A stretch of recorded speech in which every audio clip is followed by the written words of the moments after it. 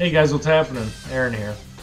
Well, moving right along to the next review, we have Beautiful Joe up next. The version I'll be playing for this review is actually the GameCube version, which was at the time an exclusive for that system. I never owned the GameCube version, so I only have up until now experience playing the PS2 port, but they're pretty much the same game overall.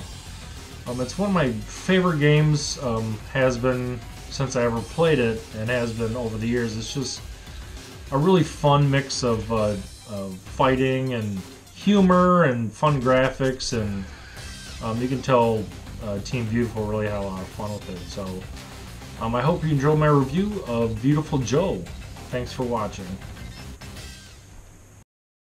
Released in 2003 on the Nintendo GameCube, Beautiful Joe was one of those games I just happened to stumble upon at the local video rental store. Yes, those still existed back then, even in 2003.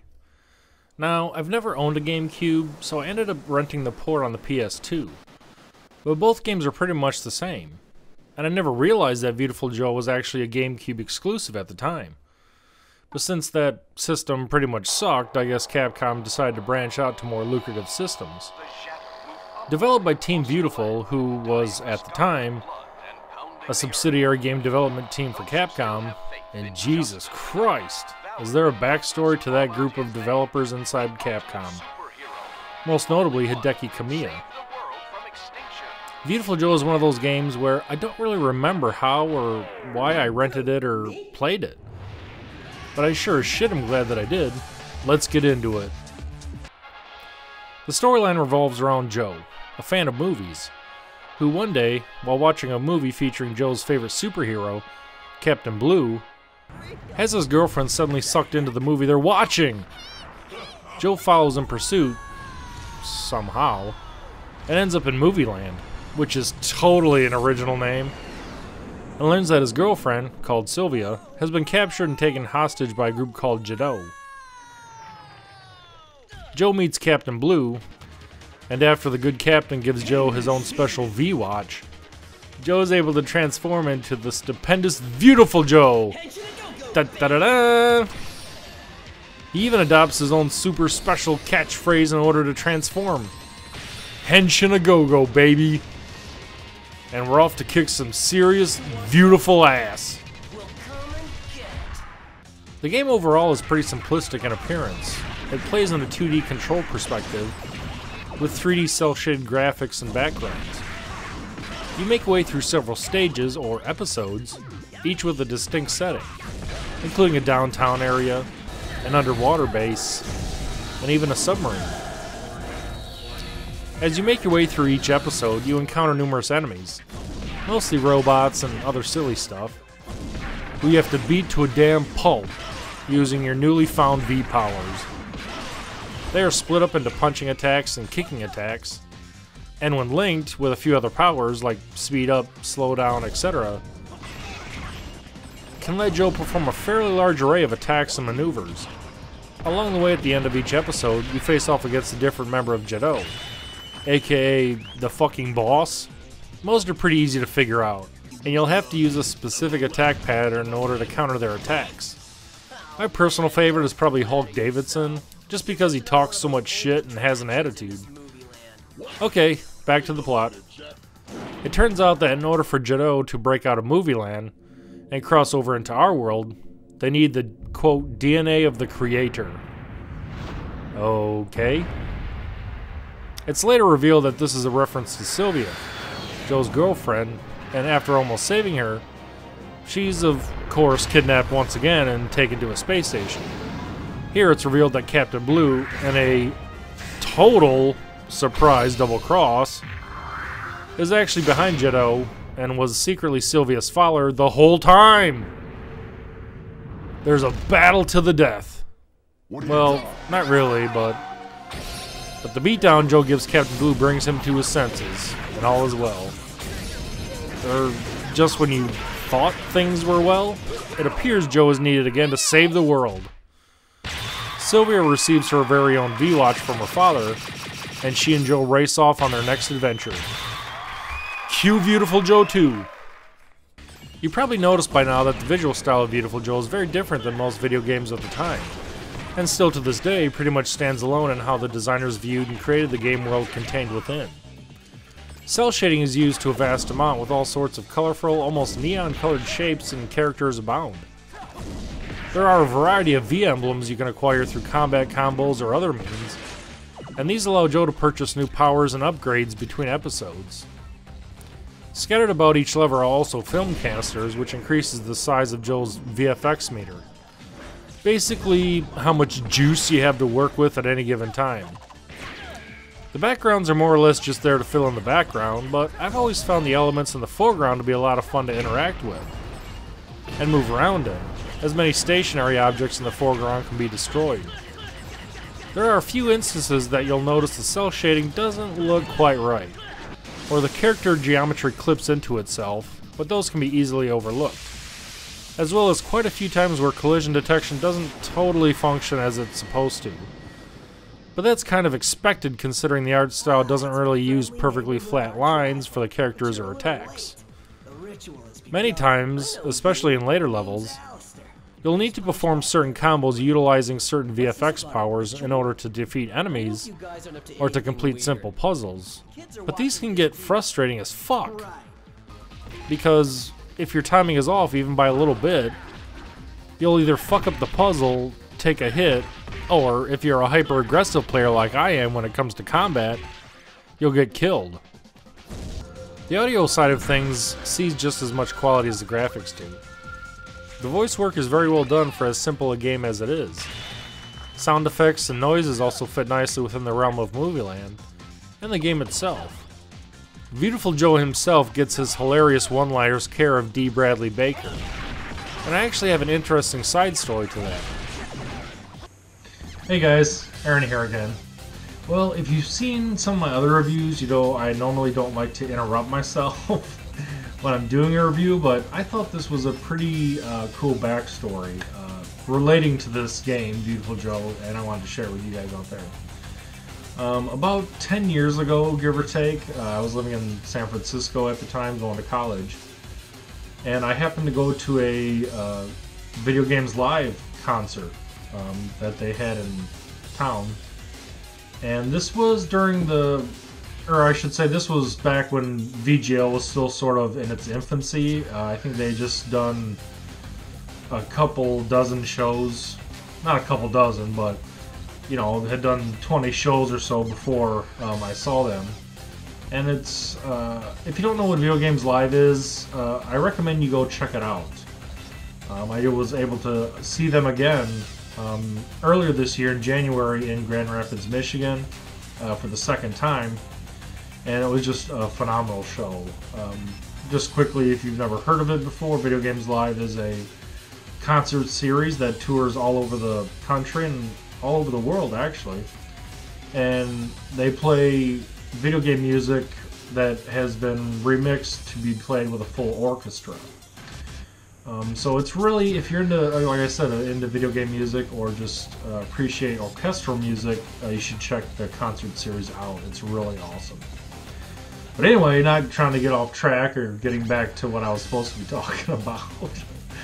I went to the VGL show in San Francisco, and this just happened to be coincidentally the time of the year when they do the Video Game Developers Conference out there. And so when the concert was on, or when I went and saw the concert, all the big game company representatives were in town and all the big developers were in town. And so during this, after this one specific VGL concert, they had a meet and greet after the show that was, you know, open to anybody who went to the show. And there was a ton of video game music composers there and people who just work in the video game music industry, let's say. So you got to go around and meet a whole bunch of different people, and I got to meet quite a few different composers, actually. It was really very interesting. But I wanted to share with you guys something too I brought back from out there, which is this Video Games Live poster, obviously, you know, World Tour 2017-2018. And relating to this review, if you look closely right here, you'll see a signature and it says, "Hey Aaron, Henshin a Go-Go Baby." And why this is unique and the signature is unique is that because I actually met Dee Baker, who is the voice of Beautiful Joe in the game. And not only did a really cool guy, if you ever get to meet him in real life, really nice and funny and everything. And one of the cool things is that while I was standing there talking to him, obviously, you know, having him sign it, waiting for the next person in line to talk to them, not only did I get him to, or ask him, obviously politely, to say Henshin a Go-Go Baby in the Beautiful Joe voice while I was standing there, which he easily did, and I'll be honest, I completely geeked out over it. It's one of those things when, you know, obviously if you're a gamer and you play a game a lot or a series of games a lot, and so you're used to hearing a character's voice all the time, and then you meet them in real life, and then it's very strange because you hear the voice that you know so well, but it's coming out of, you know, a real person's mouth for a change instead of a character in a game. So that's always kind of screwy for me. But not only did I got him to say it when I was standing there, but he also wrote it to me when he signed the poster. So it actually says, "Hey Aaron, Henshin a Go-Go Baby," which I'll be honest, was fucking awesome. Okay, let's just be honest here.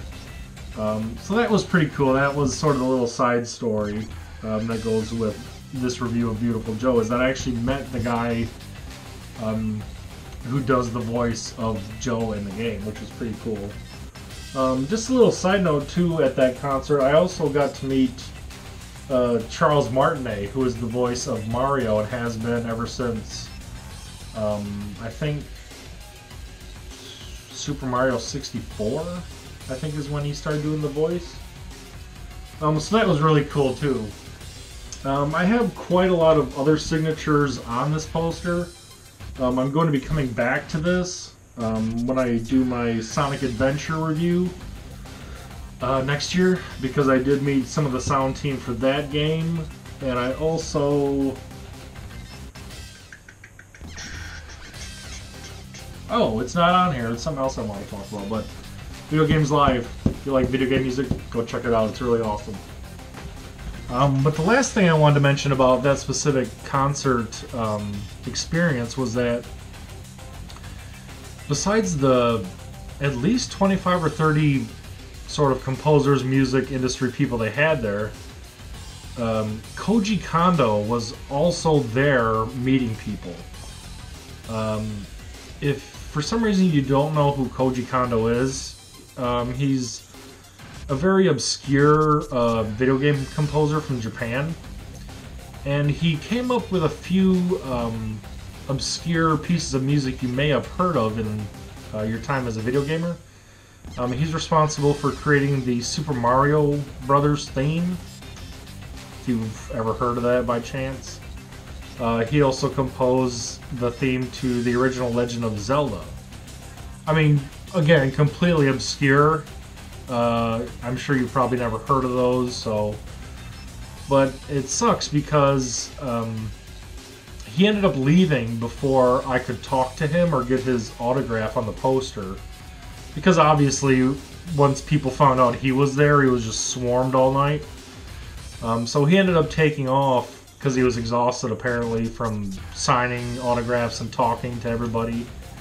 So I did miss out getting his signature on the poster, which were, you know, I really felt would have been really awesome, because it's probably going to be the only times in my life where I ever get to meet him. So that was really awesome too. I did get to see him. I didn't get to talk to him, but I did get to see him, which is cool. Lastly too, and again, there was so many things attached to this show you wouldn't believe. And I've never been able to confirm this, but apparently there was a rumor floating around a few days after I went to the concert that Shigeru Miyamoto, the guy who created Mario and Donkey Kong and Legend of Zelda, pretty much one of the most influential game developers of all time. Apparently he snuck into the show and was there, and nobody knew he was there until after the show got out. Again, it was one of those crazy rumors at the time, but there was quite a few people that did confirm he was there.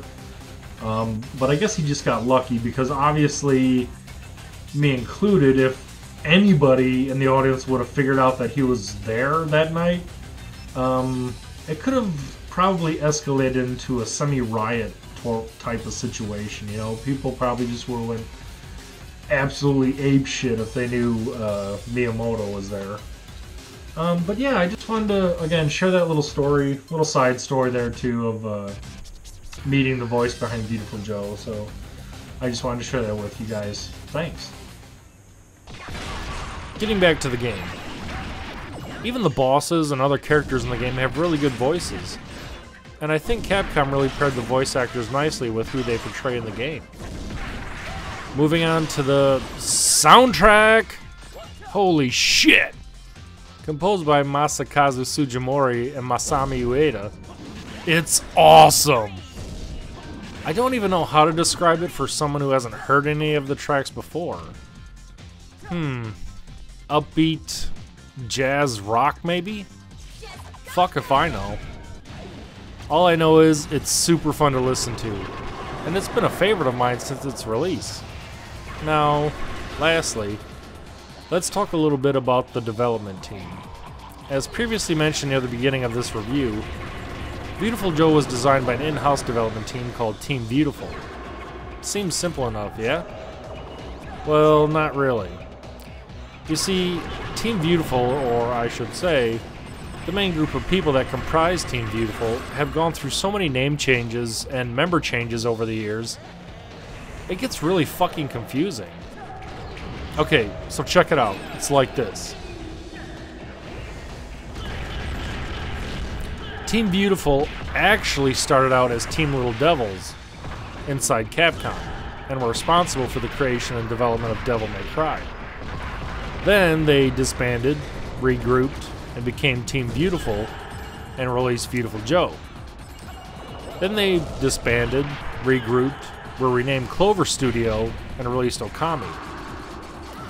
Then they were disbanded, regrouped, finally got tired of Capcom shit, left Capcom, formed their own company called Seed Incorporated, then renamed themselves again to form what is now known as Platinum Games, who would go on to create games like Bayonetta and Metal Gear Rising: Revengeance.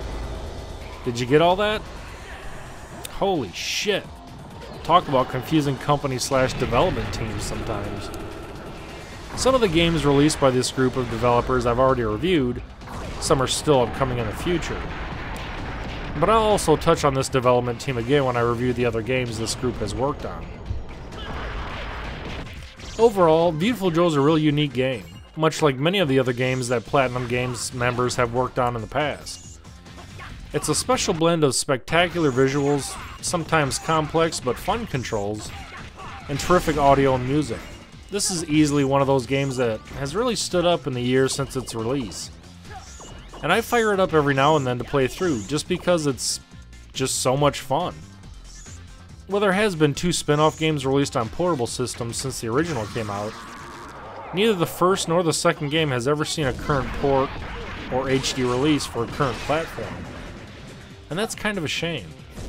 It would be great to see even just the first game get a good remaster and introduce newer gamers to this fantastic gem that probably a lot of you will never get to play unless you play it via emulation. Thanks for watching. Thanks for subscribing. Leave a comment if you feel like it. Henshin a go check it out! Joe meets Captain Blue, and after the good captain gives Joe his own special V-Watch, Joe is able to transform into the